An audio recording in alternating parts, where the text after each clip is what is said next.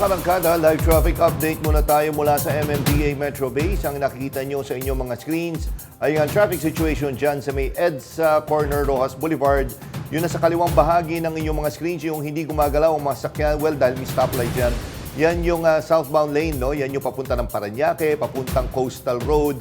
And again, sa mga oras ito, kaya lang nakatigil yan dahil may stoplight. Pero so far, medyo okay pa ang traffic. Ganon din dito sa kanang bahagi ng inyong mga screens. Ito yung galing ng Parañaque, galing ng Pasay at papunta ng Makati area. Maluwag pa naman ang daloy ng trapiko pero nagkakaroon yan ng build-up pagdating sa may Malibay at Ramo area.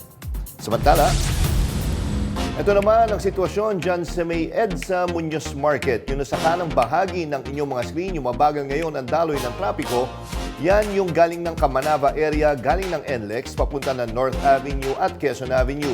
Nagkakaroon ng build-up yan kasi may U-turn slot dyan sa may Bansalangin Street. So, nagkakaroon ng bottleneck pagdating sa lugar na yan. Samantala na sa kaliwang bahagi ng inyong mga screens, yan yung galing ng Quezon Avenue, galing North Avenue, papunta ng Camanava at NLEX entry point dyan sa may Balintawak. Maluwag pa naman ang daloy ng trapiko sa northbound lane ng EDSA Muñoz. August 12, 2025, Martes. Happy International Youth Day sa ating mga kaarang kabataan. Ipagdiwang natin ang makabuluhang araw na ito para sa mga kasama nating humuhubog sa kinabukasan. Sabay-sabay tayong manatiling may alam at nakatutok sa maiinit na balita at mga issue sa bansa.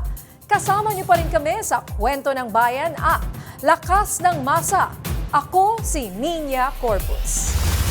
Bawat komento, pulso ng bayan, importante yan sa amin. Bawat issue, dadaanan natin yan.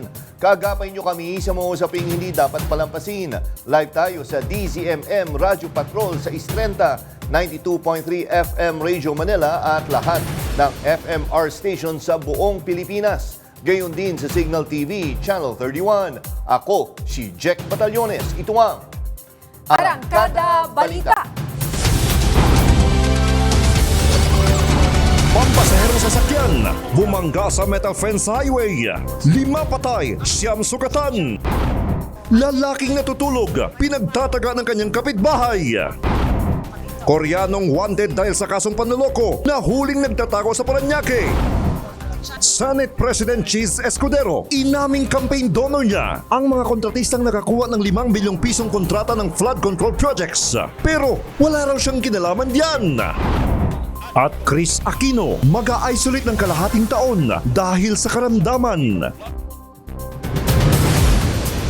5 ang patay habang 9 ang sugatan sa malagim na aksidente sa Tarlac. May umaarangkadang balita sa FMR News Central Luzon correspondent Gracie Rutao. Wasak ang harapan at UP pati bubong ng sasakyang ito matapos bumangga sa bakal na harang sa Central Luzon Link Expressway sa barangay Balingkanaway kaninang umaga. Ang ilan sa mga pasahero itsurang tumilapon sa damuhang bahagi ng kalsada. Nakaligtas ang driver pero 5 pasahero ang idineklarang patay habang 9 ang dinala sa ospital. Ayon po sa ating driver, bigla po siyang nawalan ng kontrol po sa kanyang minamanehong sasakyan na naging dahilan po upang banggahin steel fence po ng expressway. Ayon sa Tarlac Police, itinuturing na self-accident ang insidente dahil walang ibang sasakyan na sangkot. Ang mga pasahero ay mula Cabanatuan City sa Nueva Ecija at patungong Concepcion, Tarlac. Paliwanag ng driver na walan siya ng kontrol sa sasakyan at diretsong bumangga sa harang na bakal. Patuloy ang investigasyon sa insidente. Gracie Rutao, umaarangkada sa pagbabalita. Rido o away ng mga angkan ang itinuturong dahilan ng bakbakan ng 2 grupo ng MILF sa Mamasapano, Maguindanao del Sur na nagresulta sa pagkasawi ng 3 katao at pagkadamay ng 1 sibilyan. Yan ang umarangkadang balita ni FMR News Maguindanao del Norte correspondent Noreen Igonya. Nagkabutas-butas ang minivan na ito sa barangay Linantangan, Sharif Saidon na Mustafa, Maguindanao del Sur noong linggo ng umaga, Agosto 10. Ang mga pasahero ng van, pawang mga miyembro ng isang grupo ng Moro Islamic Liberation Front o MILF. Dead on the spot ang mga pasahero ng van habang sugatan ng isang sibilyan na tinamaan ng ligaw na bala. Sa investigasyon ng Police Regional Office ng Bangsamoro Autonomous Region, patungo ng Barangay Pembalakan, Mamasapano ang mga biktima ng tambangan sila. Agad rumisponde ang mga pulis at inilikas ang mga residente na naiipit sa putukan habang dinala sa pagamutan ang sugatang sibilyan. Rido o away ng angkan ang tinitignang motibo sa pananambang. Gawin po yung coordination ng ating Police Regional Office, patungo ng ating Brigadier General, Regional Director, Brigadier General Jason T. De Guzman, dun po sa mga counterparts po natin, dun po sa ating OPA Pro, upang maayos po itong gulo na to, no? Kasi may mga persons po tayo na di-displace dahil po sa pangamba na madamay dito po sa nangyaring kaguluhan. Nang humupa ang putukan, mahigit 100 basyo ng bala ang nakuha sa lugar. Dahil sa patuloy na umiinit na sitwasyon sa lugar, nananawagan ang mga residente sa lugar na magdeklara ng state of emergency ang BARM government. Nurin Igonia, umaarangkada sa pagbabalita. Di na umabot ng buhay sa ospital ang isang rider matapos pumailalim sa modern jeep sa Quezon City. Hindi na gumagalaw at duguan ang rider ng madatnan ng mga rescuer. Sa investigasyon, tumilapon ang rider papunta sa harap ng modern jeep matapos sumemplang. Hinala ng mga tanod na dulas ang rider dahil sa mga nakakalat na basura sa daan. Galing sa Welcome Rotonda ang rider at papunta sana ng Araneta Avenue nang mangyari ang insidente. Dinala sa presinto ang driver ng modern jeep pero nakipag-areglo na siya sa pamilya ng biktima. Nangako ang driver na tutulong sa gastos sa pagpapalibing ng rider. Determinado ang ilang leader ng Kamara na ituloy ang paniningil ng pananagutan kay VP Sara Duterte kaugnay sa umano'y maling paggamit ng mahigit 600 million na confidential funds. Maging si Pangulong Ferdinand Marcos Jr. ay nagsabi na proseso lamang ang nakwestiyon ng Korte Suprema at hindi ang merito ng kaso. Yan ang umaarangkadang balita ni PRTV News Senior Correspondent Willie Delgado Jr. Walang balak ang ilang leader ng Kamara na talikuran ang paghahabol ng pananagutan ni Vice President Sara Duterte. Bukod kay Pangulong Ferdinand Marcos Jr., naniniwala rin sina Congressman Paolo Ortega ng La Union at J. Conggunan Zambales na procedure lamang ang kinukwestiyon ng Korte Suprema. Para kay Congressman Ortega, hindi naman kasi pinasadahan ng mataas na hukuman ang merito ng reklamo. Isa lang ang ibig sabihin, hindi pa absuelto ang Vice Presidente sa usapin ng pananagutan sa ilalim ng saligang batas. Paglilinaw ni Ortega, mismong ang Korte Suprema na nagsabi, hindi kasama sa kanilang desisyon ang laman ng reklamo. Para naman kay Congressman Conggun, determinado sila sa Kamara lalo na't may ganitong pahayag ang Korte Suprema. Sinita rin niya ang mapanlinlang na mga post sa social media. Hinala niya, mga trolls at peddlers ng kampo ng mga Duterte ang nasa likod. Wala raw kasing sinasabi ang Korte na absuelto ng Presidente. Kumpiyansa ang dalawang kongresista na babaliktad ang Korte Suprema at kakatiga ng impeachment trial. Pero kung hindi papalarin, posibleng talakayin ng Kamara kung paano itutuloy ang reklamo pagsapit ng Pebrero 6 ng susunod na taon. Ito na kasi ang tamang panahon para masampahan muli ng panibagong reklamo ang pangalawang Pangulo. Willie Delgado Jr. umaarangkada sa pagbabalita. Idinaan sa kilos protesta ng ilang grupo ang kanilang panawagan sa Korte Suprema na baguhin ang desisyon nito sa impeachment case ni Vice President Sara Duterte. Yan ang umarangkadang balita ni PRTV News Correspondent Mari Ocampo. Ang kabuluhan ng sistemang ito na masangsampa. Sinabayan ng kilos protesta ng ilang progresibong grupo sa tapat ng Korte Suprema ang NBank ngayong araw para aksyonan ng mga na-file na motion for reconsideration. Pinahirapan ng Korte Suprema ang proseso ng impeachment na ito sana ay armas ng mamamayan para sa pagpapanagot ng matataas na opisyal ng gobyerno. So hindi katanggap-tanggap yan. Pinuna rin nila ang patutsada ni Attorney Ferdinand Topacio laban kay former Associate Justice Adolfo Azcuna na isa sa mga framer ng 1987 Constitution. Ang saligang batas natin ngayon ay nakabatay doon sa mga framers ng Constitution. Napakahalaga yung tinatawag nating spirit of the law o yung espiritu ng Constitution. Sigaw ng mga grupo, buhay na buhay pa ang impeachment case laban kay VP Sara at iginigiit na nadali lang ito ng mga senador sa mga teknikalidad na nabanggit ng Supreme Court. Nanindigan din ang grupo na hanggat hindi sila nakakatanggap ng sagot mula sa Korte Suprema para sa kanilang motion for reconsideration ay may pag-asa pang maikot ang mesa pagdating sa pananaw ng SC sa impeachment ni VP Sara. Sa kasalukuyan, 5 MR na ang naipadala mula sa iba't ibang mga grupo sa Korte Suprema. Nandito tayong lahat para ipahayag sa Supreme Court na ganito kaming kadaming nanghihingi ng hustisya ng accountability, ganito kaming karaming nag-aabang ng reversal ng inyong desisyon. Bagamat idineklarang unconstitutional ng Korte Suprema ang impeachment complaint laban sa ikalawang Pangulo, para sa ilang mga grupo, hindi pa rito natatapos ang laban. Sa kalsada man o sa bulwagan ng kapangyarihan, malinaw ang mensahe ng mga nananawagan ng impeachment. Tuloy pa rin ang laban hanggang marinig ang tinig ng mamamayan. Mario Ocampo, Maarangkada sa Pagbabalita.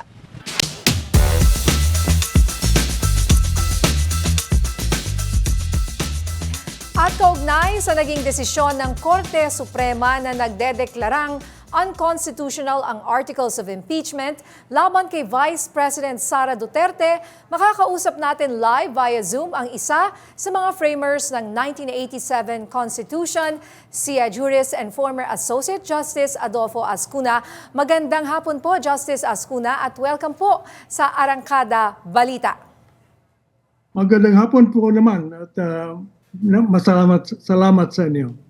Opo, bilang isa po sa mga bumalangkas sa Saligang Batas noong 1987, labag po ba talaga sa Saligang Batas ang inihaing impeachment complaint laban sa Vice-Presidente? Pakilinaw lang po, Justice. Yun ang sabi ng desisyon ng ating Korte Suprema na itong kasalukuyang articles of impeachment na hinanda ng ating Kamara ay labag sa Saligang Batas sa 2 punto. Una-una, ito ay labag sa prohibisyon na isa lamang ang maaring maging umpisahan na kaso ng impeachment sa loob ng 1 taon. At pangalawa, may kakulangan ito sa tinatawag na due process. Yun po ang dalawang dahilan kung bakit sabi ng Korte Suprema itong kasalukuyang articles ng impeachment na ginawa ng Kamara ay unconstitutional at invalido. Pero Justice, kailan ba talaga natin, base sa Saligang Batas, doon sa Constitution, kailan deemed initiated ang isang impeachment complaint? Kunyari, ako ay nag-file ng impeachment complaint, considered ba as initiated na yan? Okay, doon sa kaso ng Francisco laban ng Kamara noong taong 2003, nagsabi ang ating Supreme Court na yung ibig sabihin ng pag-umpisa o initiation of an impeachment complaint ay hindi lamang kailangan na file ang isang complaint, kundi kailangan ito ay i-refer sa komite. Oras ng isang complaint na pinail ay inirefer ng Kamara sa komite, yan ay umpisa na o initiation na ng impeachment complaint. Yun po ang definition ng initiate impeachment complaint ayon kay Francisco laban Kamara 2003 Supreme Court decision. Opo. Ngunit ngayon po dito sa Duterte case, sabi ng Supreme Court,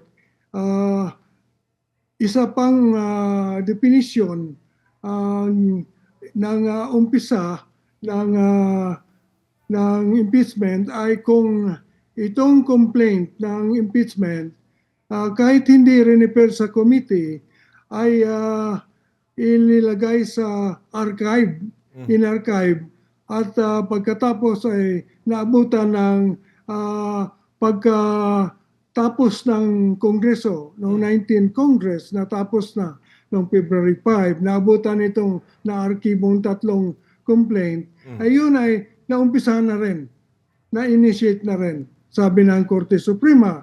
At kung mo na-initiate na itong 3, ay yung pang-4 na ginawa ng articles ng Kamara ay bawal na dahil sa loob na yun ng 1 taon. Yun po ang ruling ng Supreme Court. Pero yun po, nung binalangkas nyo po yung Constitution nun, hindi po ganun yun. Hindi po yung pag nag-file ay considered as initiated. Tama po? Ayun po sa prevailing definition bago itong kaso ng Duterte, ang 3 na yan hindi pa na-initiated dahil hindi refer sa committee. Pero may bagong definition ng Supreme Court, kahit na hindi refer sa committee, basta in-archive at naabutan ng end of Congress, ayun ay parang ganun na rin, initiated na rin. At maaring mag-trigger ng 1 year 1-year ban. At itong kasalukuyang article, sabi ng Supreme Court, natamaan ito ng 1-year ban. Pero sa palagay ng marami, mali yung sequence dahil itong kasalukuyang articles ay inadapt ng Kongreso bago nila in-archive itong 3 na-adapted na itong kasalukuyang articles na-adapted ng 1/3 by the House bago in-archive yung 3.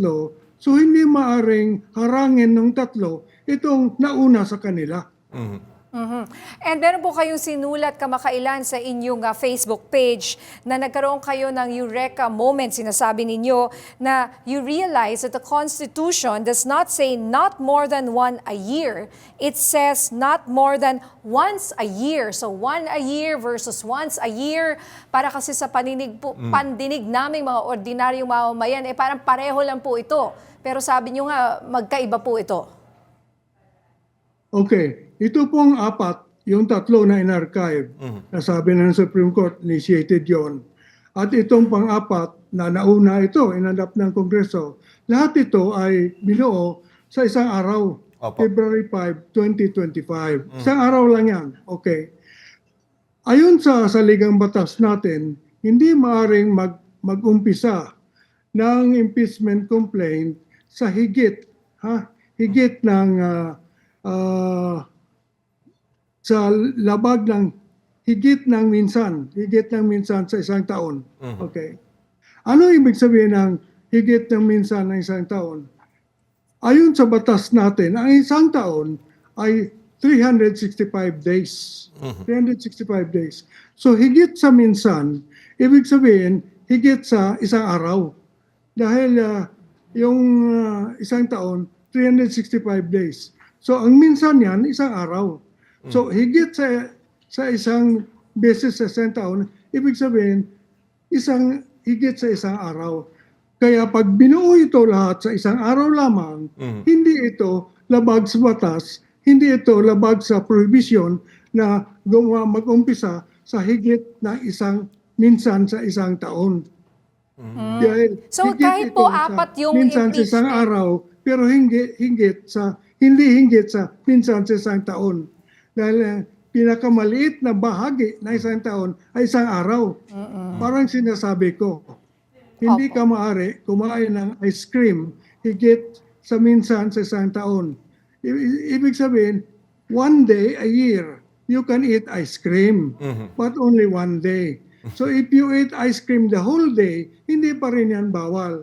As long as you do not exceed 1 day. Yun po ang So even if you eat 10 ice creams, more than once a year. it's still once in that year. So ganun po.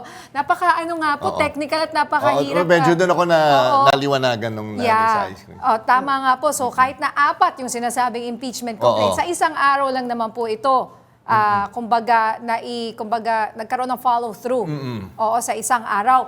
Okay, we can go on and on po kasi iba-iba po ang interpretasyon talaga ng mga katulad po ninyo, no? Mga legal luminaries, mga justices. At framers pa mismo. Of course, yes. Pero sinabi po ni Senator Marcoleta dahil unanimous po ang desisyon ang naging botohan sa Korte Suprema, sinasabi niya, naku, imposible na raw ito na mabaliktad pa. Opo, kumbaga posible, pero mas malaki yung long shot. possibility na. Oo. Kumbaga para suntok sa buwan, ganyan. Justice Ascuna. Ano po ang reaksyon niyo dyan? Ang tanong ninyo Kung imposible posible pa po ba magbago ang desisyon? Korte Suprema, ganun ba? Yung reaksyon niyo po sa sinabi ni Senator Marcoleta na tila imposible na raw na magbago pa ang desisyon ng Korte Suprema. Dahil unanimous decision daw po. Dahil unanimous. Hindi naman siguro sa palagay ko imposible. Maaaring sabihin natin medyo hindi very probable dahil unanimous. Opo. Ngunit meron na mga nagkaraan, meron akong alam na bago lang nangyari, unanimous pero binago nila yung case ni Manangkil laban sa COA at mga 2020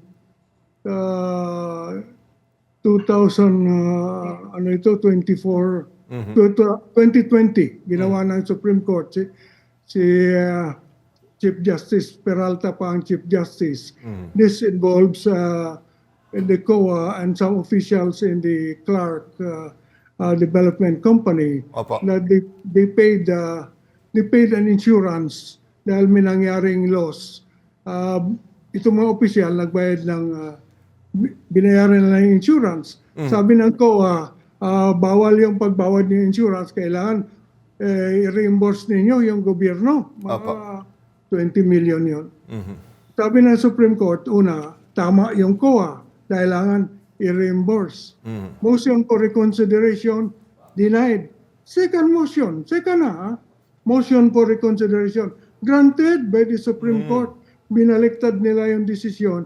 Sinabi nila, mali ang COA dahil sinunod lang nito mga ito ang batas at hindi nila dapat bayaran pa.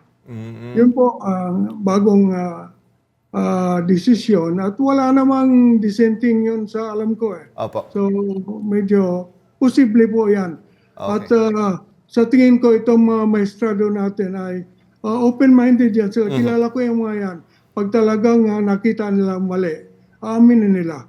Hindi naman yan mga matitigas sa ulo. Opo. Alagay ko, kilala ko sila. And Justice Ascuna, anong Ascuna, masasabi nyo, tama, fair ba yung ginawa ng SC? Kumbaga, mid-game, nasa kalagitnaan, ay naglagay sila ng bagong rules. Kumbaga, yung Kamara, nung final po nila yung Articles of Impeachment nung February, ay may existing rules na nun eh. Sumunod sila sa rules na yun eh.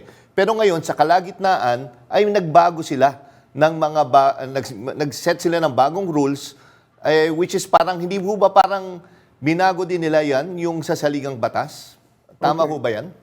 Yan po ay meron tayong doktrina dyan. Tinatawag natin Doctrine of Operative Facts.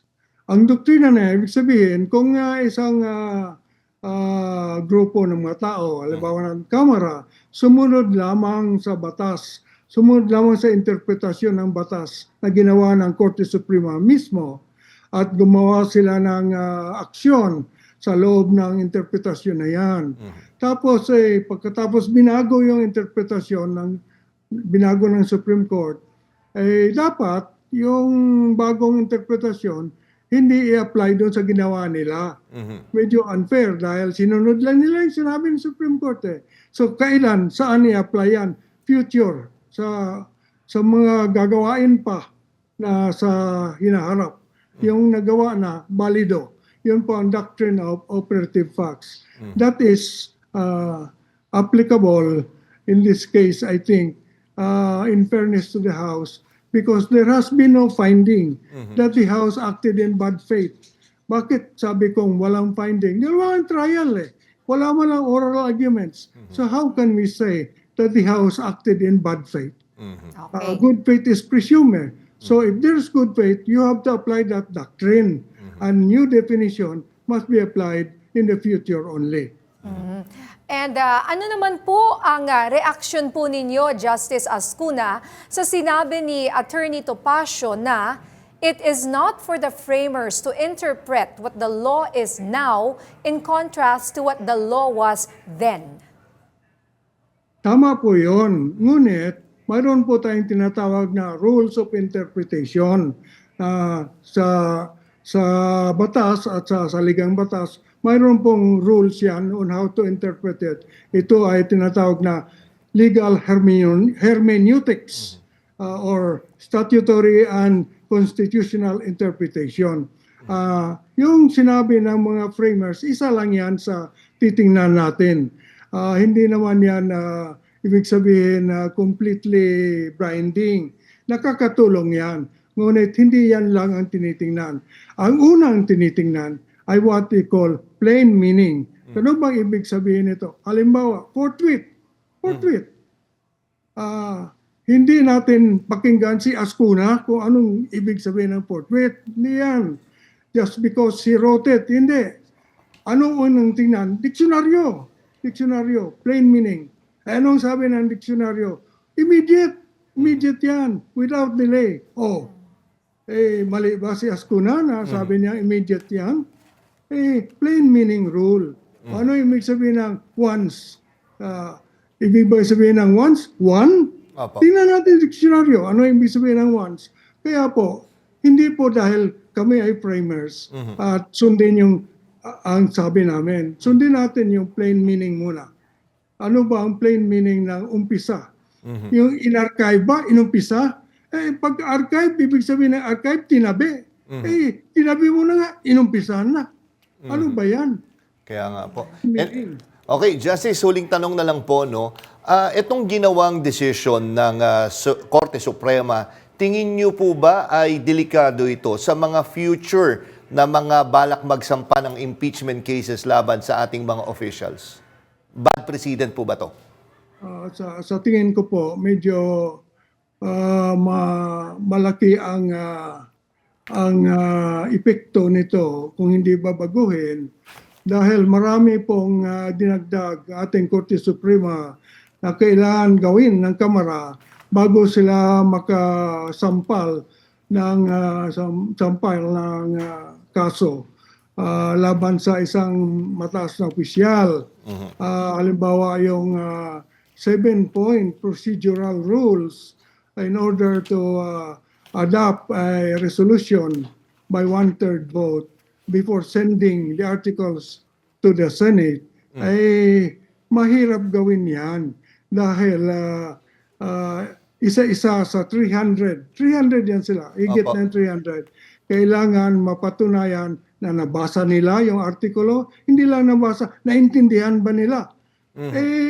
Malaking dispute yan, magkakaroon ng maraming kaso papile sa Supreme Court, sabihin, hindi nila nabasa, hindi nila naintindihan. So wala na mangyaring impeachment. Kaya malaki pong danyos ginawa itong bagong rule ng Supreme Court sa ating accountability principle. Okay, nako. Justice Ascuna, maraming salamat po sa oras na binigay nyo dito sa Arangkada Balita. Ingat po kayo, sir, at mabuhay po.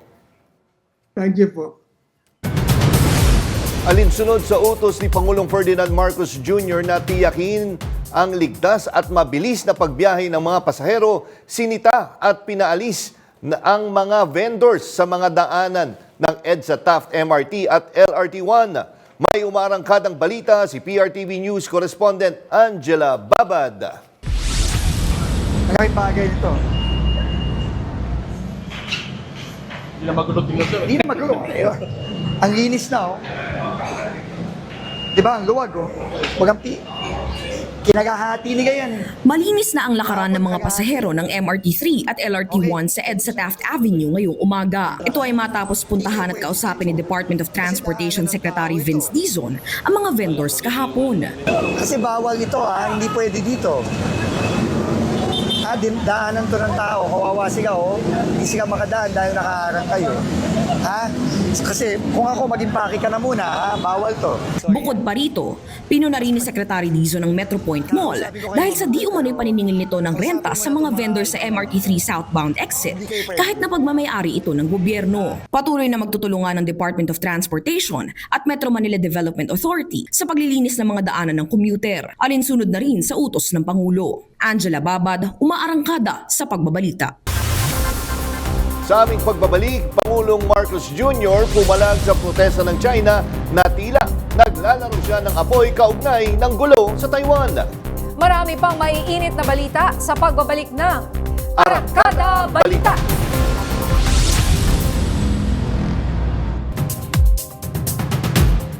Tiklo ang puganteng Koreano sa isang condominium sa Parañaque. Ang suspect, 7 buwan nang nagtatago sa Pilipinas dahil sa milyong-milyong pisong fraud case niya sa South Korea. May umaarangkadang balita si Ryan Paraboles. Sa bisa ng Interpol Red Notice, sinalakay ng pinagsamang puwersa ng NBI, Bureau of Immigration at Supreme Prosecutor's Office ng Korea ang kondominium na ito sa Parañaque. Target nila ang puganting lalaking Korean national. Kasama ang isang interpreter, binasahan ng karapatan ng Koreano. We are from Bureau of Immigration and NBI. Saka siya pinusasan at tuluyang inaresto. Ang suspect, 7 buwan nang nagtatago sa Pilipinas dahil sa reklamong fraud sa South Korea. Doon namin ibinigay dun sa Korean police investigators to identify the subject. Aabot daw ang nakulimbat niya sa halagang $1.3 million o mahigit 74 million pesos.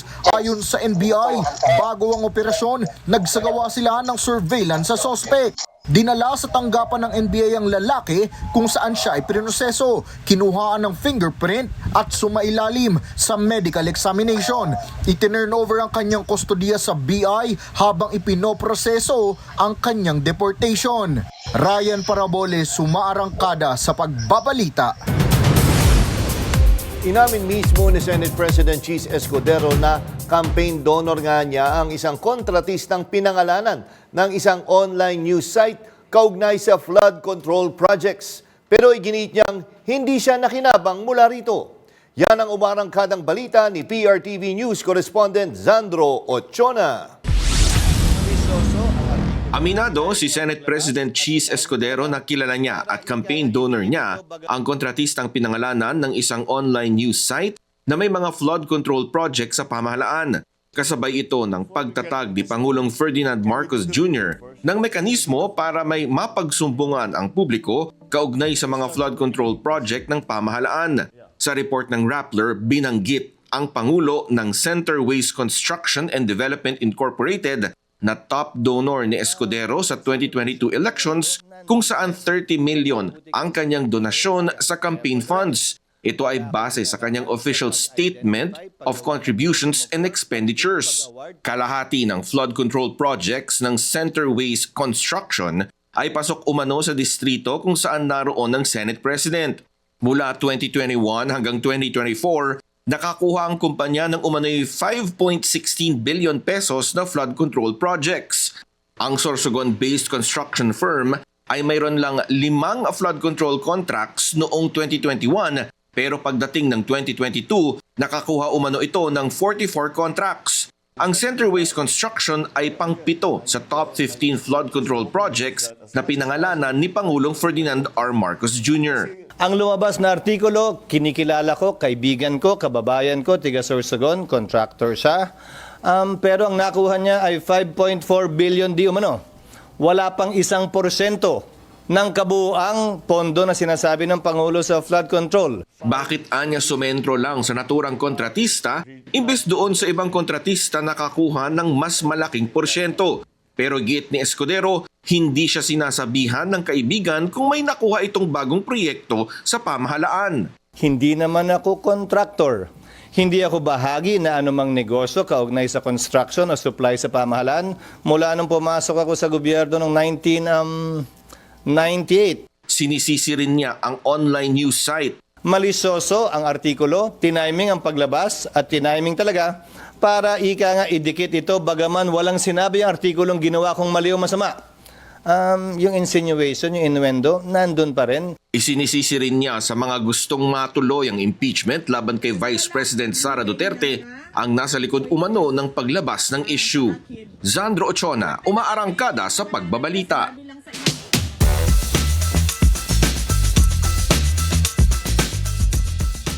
Bumaha ng pagbubunyag ukol sa flood control projects. Bukod sa mga ghost projects, may mga ilang mambabatas na sinasabing sangkot dito. Kanina pumalag si Senate President Cheese Escudero matapos siyang idawit sa umano'y flood control projects. Alamin natin ang mga pananagutan kaugnay dito. Makakausap natin si Manila 2nd District Representative Rolando Valeriano. Magandang gabi po, Congressman. Welcome magandang ulit. gabi po at magandang gabi sa lahat ng nakikinig at nanonood sa programa ninyo. Yes po, welcome po ulit sa Arangkada Balita. Una po sa lahat, Congressman, si Senator Joel Villanueva, sinabi pa niya nung isang araw yata, I think last night, sinabi niya na walang senador daw na sangkot dun sa binanggit na flood control projects. Kayo po, ito, diretsahan tanong, nandiyan kaya yung posibilidad na may mga congressman kaya na sangkot sa mga anomalyang flood control projects?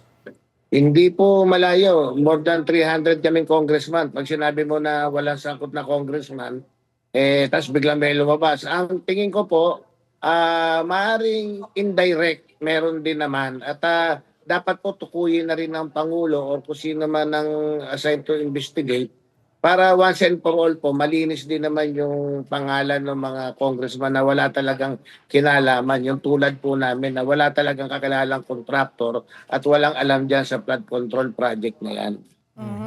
Pero yung iba raw nga pong mga congressmen, ang may-ari minsan or sila mismo yung contractor, kung hindi man, kamag-anak nila, asawa, kapatid, ganyan po, anak. So ano po ang masasabi niyo po dyan? Well, ako po bilang isang congressman, kung meron ka mang kamag-anak o ikaw man ay dating contractor, dapat once na ikaw ay nahalal at upo ka na, dapat i-divest mo na lahat. Yung honest to goodness na i-divest mo lahat ng kinalaman mo ron sa construction company. Pangit naman na sabihin natin na kung yun naman yung talagang negosyo ninyo, wala naman pong masama ron. Pero once na naupo ka na bilang isang kinatawan, bilang halal ng bayan, dapat dinadivest mo na, tinatanggal mo na lahat ng kinalaman mo doon sa construction company na yun. Yun po yata yung pinaka-moral na dapat mong gawin. And Congressman, yung katulad po nung kay Senator Cheese Escudero, sinabi niya na inamin niya na campaign donor niya, yung isa sa mga nabigyan ng mga contracts. Tingin niyo po, may nakikita ho ba kayo dito parang conflict of interest sa pagkakataong ito? Meron po. Si SP Cheese naman po, kaibigan natin at isang magaling na abogado. Kahit siya naman po, alam niya na merong obligasyon yun. Dapat with due diligence, lahat ng contributor mo, suriin mong maigi na dapat wala nga kinalaman sa pagiging politiko natin. Let's face it, once na contractor ka ng gobyerno, definitely may pangit na nagko-contribution siya kasi may influensya ka in one way or another. So it may be, sabihin na natin, it may be legal but not moral. Hindi po ba? And I think it's unethical for us na maging contributor natin yung mga kontraktor ng gobyerno. Lalo na yan, pumutok na po, lumabas na yung usapin tungkol sa flood control. Ang problema, kahit anong sabihin natin, masama nang iisipin ng tao dahil kasama siya sa top 15 na contractor pagkatapos kaibigan ka ng Senate President. So siguro po dapat with due diligence, inaalam natin lahat ng contributor natin. And speaking of mga flood control projects na medyo questionable, nung huli ho ka namin kayo nakausap, ay may sinasabi kayo dyan sa Tondo. Medyo ano hong development po dyan sa sinabi natin? Ang alam ko nga po, nung huli, parang gusto pang ituro ako ng alkalde ng Maynila. Pero mukhang hindi na ho ngayon dahil narinig ko rin yung mga deklarasyon niya ngayon. DPWH naman yung tinuturo. To be honest po, that flood control was nagsimula siya noong 2018 bago po ako naupo. At natapos siya ng 2022. Pero hindi siya tinanggap ng MMDA, yung turnover sa kanya para i-manage sa MMDA. Siyempre malalaman po natin yung kapag bumagyo't umulan na at hindi siya gumana. So noong 2023 po na malaman ko na hindi siya gumagana, ako po ay gumawa na ng communication sa DPWH. I accepted all efforts para mapagana yung, kaya lang with a limited kasi siyempre yung DPWH naman, ang unang move nila, since that is a brand new pumping station, ang unang move nila ron is to repair without any cost. Di ba? Kasi siyempre, naintindihan ko rin naman sila, baka may COA or whatever. Pero nung hindi na nila napagana po yan, katulong ko rin ng City Council at that time na para i-inform ang Department of Public Works and Highway regarding dyan sa pumping station dahil talaga pong naging abala at naging sanhi ng baha. Isa sa sanhi, hindi ko naman sinasabing yan mismo yung sanhi ng baha ng Tondo. Pero isa sa naging sanhi po yan. Pero nito nga pong huling bumagyo, naging issue ulit yan na may mga pumping station na hindi tumatakbo. Pero according to DPWH, last December po, yan po ay nalagyan nila ng corresponding na pondo for repair at ang commitment nila sa akin, sa November, tatakbo po yan. And I still believe, well-informed din naman ng City of Manila regarding sa development ng Sunog Apog pumping station. And just to remind the public po, isa lang ho naman sa cost yung pumping station. Isa hong malaking nakikita natin yan, lagi namang inaangal natin, yung basura pagdating ho ng baha at bagyo, talagang toneladang basura na kukuha dito sa NCR. So ito pong pumping station na to, 2018 sabi niyo, no? So kumbaga 2025 na, 7 years na. Kaya hindi po gumagana at all. So sinasabi niyo come November, tama po ba? Ay gagana na siya? That is according to DPWH. So kasi constant naman po ang communication ko sa kanila at lagi ko naman pinapalip. As a matter of fact, last year, yung isang malaking bagyo po noong 2024, sa hearing ng MMD ng Congress, ako po yung chairman ng Metro Manila Development sa Kongreso, nilabas ko rin ho yung issue na yan. Kaya nga siguro pinilit nila na mapondohan ulit yan at ma-repair yan. Iniisip ko ho, baka talagang matagal din naman silang magpondo o hindi naman yan na pag nalaman mo ngayon, bukas meron na siyang funding. Tandaan po natin, dapat yan nasa NEP, nasa GAA. September, October, maaaring gawa na rin yung NEP noong time na yon at baka binubusisi na namin. Wala sa budget. Pero etong 2024 ng December, lumabas ang funding nila at ginagawa naman ngayon yan. And hopefully, mapatakbo nila yan dahil ang commitment nga sa akin etong November 2025. Wow, after 7 years, finally. Mapapakinabangan na. Opo. Okay, eto po, pabor po ba kayo sa panukalang batas ni Senator Cheese Escudero sa Senado, itong Senate Bill 783 na bawal ang mga public official at mga kaanak nito na sumali sa mga bidding sa government projects? Matagal na hong dapat pinapractice yan ng lahat ng halal ng bayan. Pabor po ako ron at sana nga matuloy na yan. Ako, kaysa nagtuturoan po tayo, dapat yan talaga. Kapag kamag-anak mo, kapag pamilya mo, talagang dapat hindi nagtatransaksyon sa gobyerno. Kahit ano pong sabihin natin, definitely, merong influence ka kapag kamag-anak mo o pamilya mo yung nagtatransaksyon. Okay, nako, maraming salamat po. Manila 2nd District, Congressman Valeriano, sa oras na binigay nyo dito sa Arangkada Balita. Magandang gabi po, sir, at ingat po kayo. Salamat po at magandang gabi sa inyong lahat. Pinalagaan ni Pangulong Ferdinand Marcos Jr. ang pahayag ng China na tila naglalaro ng apoy ang presidente sa pahayag nito sa Taiwan. Sa panayam kasi ng Pangulo sa pagbisita sa India, sinabi niyang hindi maiiwasang madamay ang Pilipinas sakaling magkaroon ng gulo sa Taiwan dahil malapit ang bansa sa naturang teritoryo. Ikinagalit naman ito ng China na nagsampa ng formal na protesta laban sa Pilipinas. Kung sakaling magkaroon ng kaguluhan sa Taiwan, hindi anya siya papayag, pabayaan lamang ang nasa 200,000 Pilipino sa Taiwan, ganun rin ang milyong-milyong Pilipino sa bansa. Sa kabila nito, binigyang diin ni Pangulong Marcos na hindi nito nais ng gulo. I don't know what they're talking about. Playing with fire? I was just stating facts. We do not want to go to war. But I think if there is a war over Taiwan, we will be drawn. Hihilain tayo sa aya't gusto natin. Kicking and screaming. We will be drawn and dragged into that mess. Bumuhos ang malakas na ulan sa malaking bahagi ng Quezon City at kalapit na mga lugar kung saan naranasan pa ang pagbagsak ng yelo na kasing laki ng mga holen. Sa post ni Neil Kalinawan, makikita ang pagbuhos ng malakas na ulan, makikita rin ang ilang mga pagbagsak ng yelo sa kalsada at sa bubong ng bahay. Ilang lugar rin ang nakaranas ng pagbaha. Marami pang mainit na balita sa pagbabalik ng Arangkada Balita.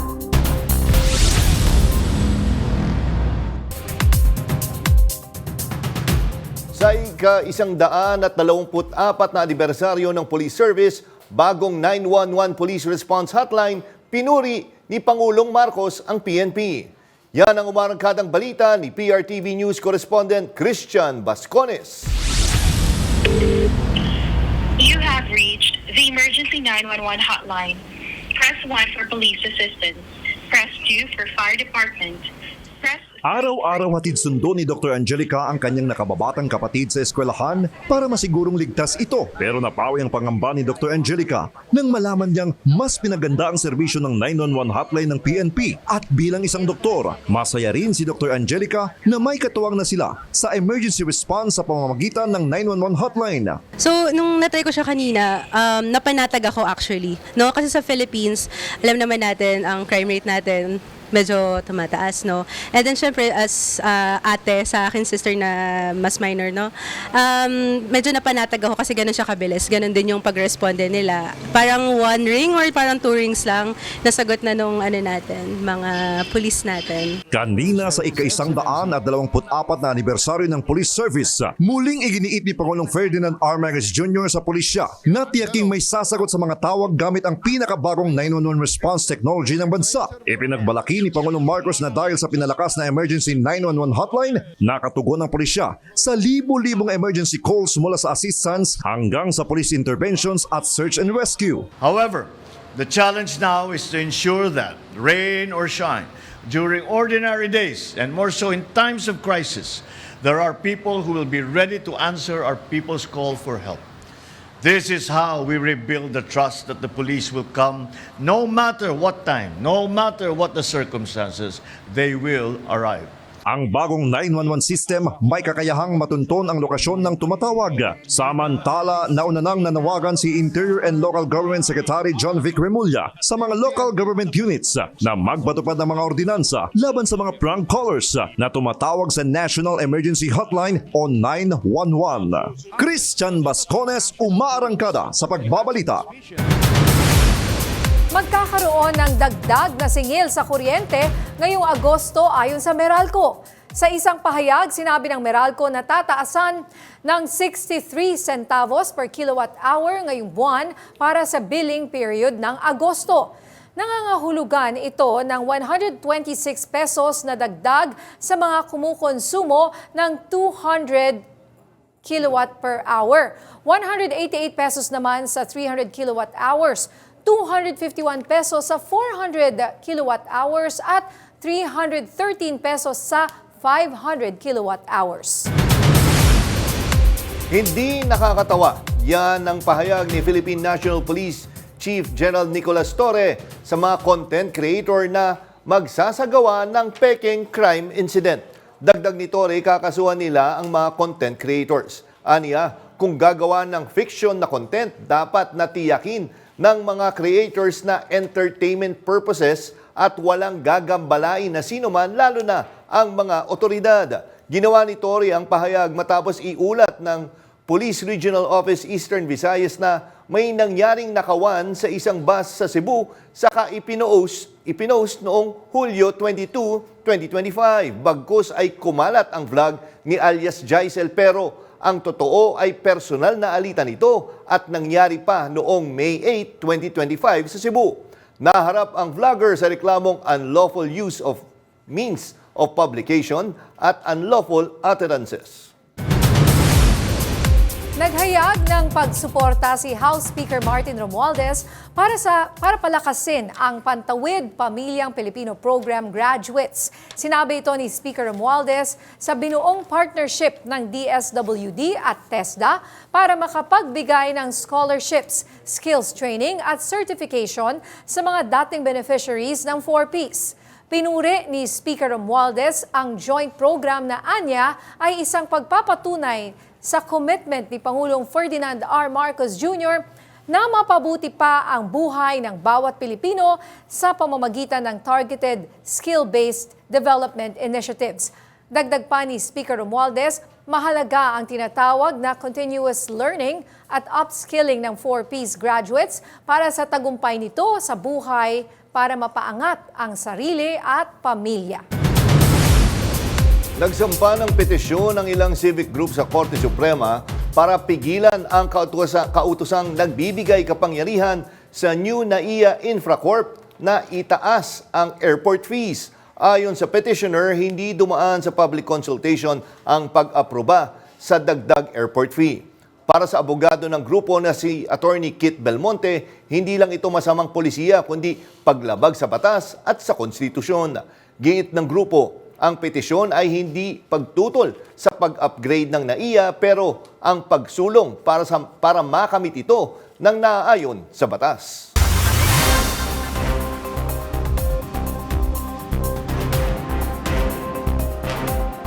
Nang dahil sa music choice na uwi sa bikini fight, ang mga babae sa Odessa's Golden Beach sa Ukraine, nagsabunutan ng dalawang grupo ng mga babaeng yan. Ang mga nakisali nanood lang. Ayon sa report, nagmitsa ang rambulan dahil nagpatugtog ng Russian music ang kabilang grupo. Bawal yan sa Ukraine lalo't hindi pa natatapos ang sigalot kontra Russia. Naaawat din kalaunan ang dalawang panig.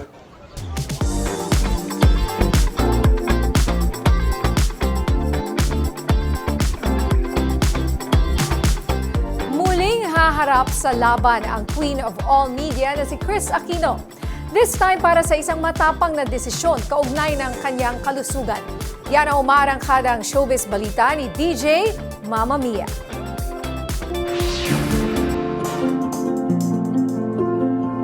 Sa isang emosyonal na post sa Instagram, isiniwalat ng actress-host na dumarami na ang kanyang autoimmune diseases. Dahil dyan, 6 months na preventive isolation ang haharapin niya sa kanilang compound sa Tarlac. Giit ni Chris, and I quote, "It's difficult to accept every night when I sleep that there may be no tomorrow for me." End of quote. Nagpasalamat din si Chris sa pamilyang nagpatuloy sa kanya ng 2 buwan sa isang private beach resort para makarecover. Ako po si DJ Mama Mia ng FM Radio Manila, umaarangkada sa Showbiz Balita. Sa aming pagbabalik, Holland bumaon sa ilong ng pusa matapos barilin gamit ang toy gun. Marami pang mainit na balita sa pagbabalik ng Arangkada Balita.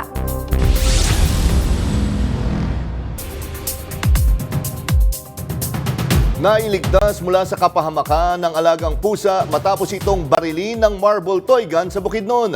Yan ang umarangkadang balita ni FMR News Davao correspondent Hernel Tokmo.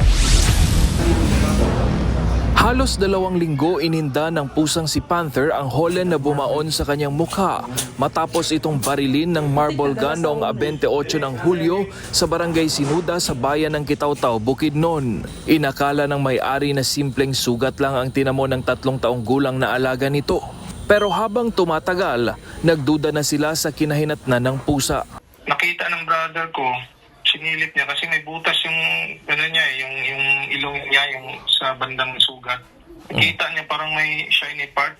So yun pala may Julin nakastock doon. Kaya niras namin sa kahapon dito sa Davao. Dinala sa Davao Emergency Veterinary Hospital ang pusa noong weekend at nakita sa x-ray ang holen na bumaon sa bandang ilong nito. Naging hamon ang operasyon kay Panther. Akat kasi ang pagtanggal ko ng marble, matatamaan yung brain niya. pagbaba naman, matatamaan yung ilong niya, hindi siya makakahinga. Pag sa side, tatamaan yung mata niya. So I decided better what to choose. So pinababa ko siya, so natamaan ko yung ilong niya. Then may mga bleedings, but I managed to get it out. Nabasag ang bungo ng pusa pero matagumpay pa rin nakuha ang holen sa mukha. Ayon kay Dr. Lunar, ligtas na sa kapahamakan ang pusa bagamat hirap pa itong huminga sa ilong. Idinulog naman sa barangay ng may-ari ang reklamo at may persons of interest na sa kanilang lugar na maaring bumaril sa pusa. Hernal Tokmo, umarangkada sa pagbabalita.